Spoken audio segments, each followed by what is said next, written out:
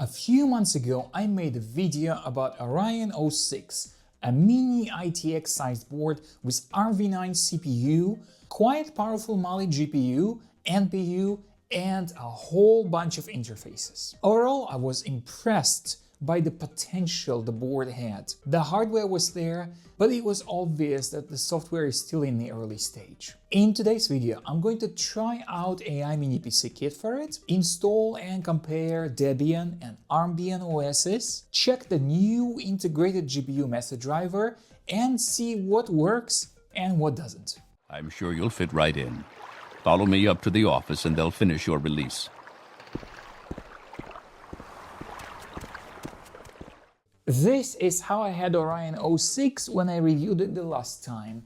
Mostly open case with a plexiglass cover and a fan. Good for development, probably not very durable for long-term use, with all the dust flying around. Inside this box I have something Radxa called AI Mini PC Kit. It consists of an aluminum alloy case, a better fan similar to what you see on GPUs, and a few optional adapter boards. Let's put it all together.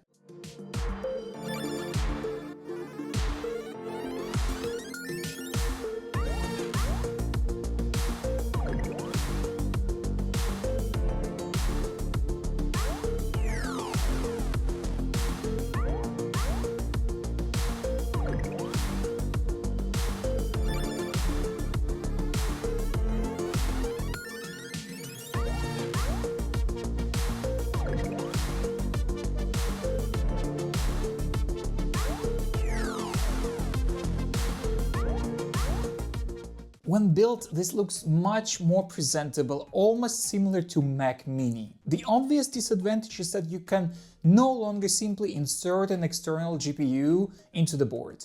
There is an Oculink adapter for that, but using it is not as straightforward. I'm speculating here, but to me it seems the ideal usage for the case like this would be upcoming Orion O6N, which is smaller nano ITX format board that has slower memory and also cheaper. While Orion O6 is more fit for a standard mini ITX case with a proper power supply and an external GPU.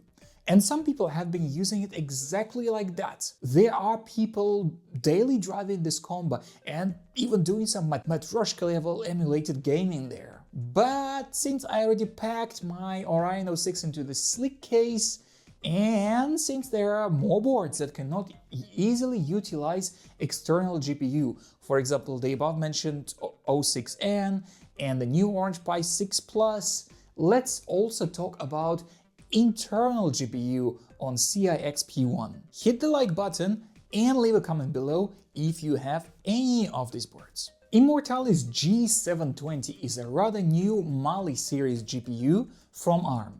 It is a mobile integrated GPU, so it's in the same row as Adreno from Qualcomm, Video Core from Broadcom, and a few others. For me, Mali GPU always sounded like the default GPU option. Many of the cheaper MediaTek, all-winner handsets and tablets would be equipped with Mali. You could see it on many, if not most, of the consumer development boards from Chinese manufacturers. I'm talking about various Pis and so on.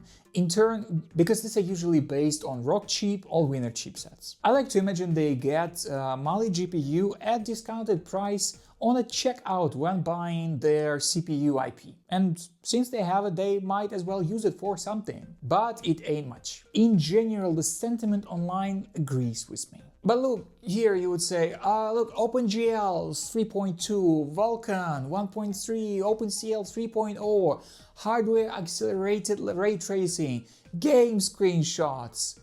Yes, if you look at the raw hardware specs, it's all there and maybe even works on Android. According to the benchmark, it's supposed to be close to GTX 1650 mobile or desktop GTX 1050, depending on which benchmark you choose. But software is an issue. When researching this topic, I learned more about Linux graphics stack than I wanted to know. So here we go. There's a kernel space driver and the user space driver for GPU and Linux, and a sandwich of things in between them. Kernel space drivers handle the gory details of talking to the GPU itself, writing to proper registers, handling its memory directly, configuring outputs, and so on. Unfortunately, most of what they're exposing can be only consumed by a single user of that GPU. That is why we need DRM/DRY, which arbitrates access, manages resources, and security. Regretfully, DRM exposes the GPU interfaces mostly as is, not in a vendor-neutral portable way. This is why we need user space drivers and a common API, such as OpenGL or Vulkan. A game or an app calls a common API implemented by the user space driver. The user space driver passes the info along to DRI, which in turn passes it along to the kernel space driver. Then you get it, a triangle. And if something doesn't work along this stack, or it's incompatible, then you get a shitty. I think the only word I did not explain above that you will hear quite often is Mesa. Mesa is a collection of open source user space drivers. They're also proprietary drivers provided by the GPU vendor. In case of Mali G720, we have both libmali and Panfrost. libmali being ARM-provided driver, and Panfrost is open-source driver in Mesa. PanVK is the Vulkan counterpart of Panfrost. Easy peasy, took me only 2 weeks to figure it all out. On Orion O6, libmali is what you get when you install Debian 12 provided by Radxa. By the way, there are some updates to BIOS recently, and a few OSs added. But the Debian 12 image is still the same as I tested it in August this year. I was able to run Serious Sam, the second encounter, last time I tested the board, using open source Linux port of the Serious engine. So if you manage to find a game that works natively on ARM64, you should be able to play it without much issues, but having 64-bit CPU and only Debian 12 to work with makes it extra challenging. I tried compiling OpenMorrowind but ran into package conflicts between custom versions of packages built by Radxa and the versions OpenMorrowind needed for compilation. I'm sure there might be more issues like this one. The good news is that llama.cpp runs on Vulkan with libmali. It's not faster than CPU, mostly on power. Compiling llama.cpp with Vulkan support is not complicated at all.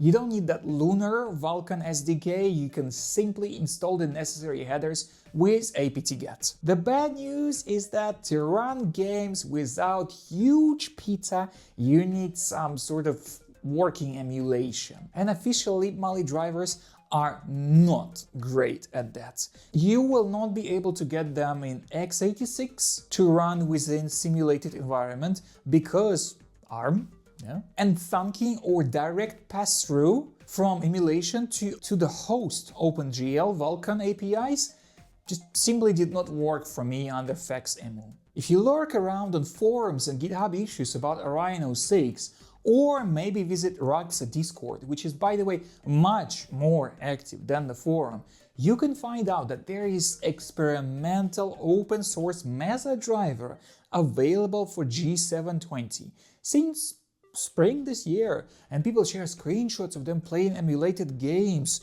on slightly older Mali G610 in RK3588. Of course, one cannot simply apt-get install Mesa and be happy. Radxa provided Debian 12 also has its own kernel-level driver, which would not play with Mesa Panfrost. So you need to recompile the kernel. Actually, in very near future, you will not need to do that. There is an Armbian image in works, which I was able to test. It has the required kernel-level driver, and since you base Armbian on Ubuntu, you can easily install the latest stable-ish Mesa from Kisak PPA. Hooray! The GPU works again! But does it really? llama.cpp compiled with Vulkan OMs even with the tiny models, so there is no possibility to benchmark it. But according to VK peak results, it is not as performant as libmali. Somehow, I managed to install OpenMorrowind using Latris and FXEMU. And it ran quite smoothly with FPS between 30 and lower hundreds, depending on the scene. That was seriously impressive. But note, this is 64-bit native Linux executable that can leverage the host Vulkan API. Different story with OpenGL.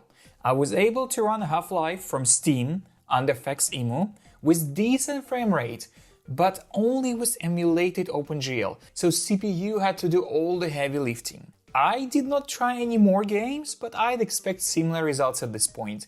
Let me know if you did any experiments there, I'm really interested. GPU drivers are clearly still work in progress, but there is progress. So, can Orion O6 or other CIX P1 based board be your desktop replacement? At this point, I would say that it's definitely possible to daily drive Orion O6 with an external GPU and mainline Linux. When Armbian publishes their community tier images, this would be my top pick to have on Orion O6 without external GPU, until more features are mainlined. Oh, and if someone from Radxa watches this, my advice to you, if you're serious about CIX P1 support, forget about all other OSs and focus on Armbian and mainlining as many features as possible for a CPI. Thanks for watching!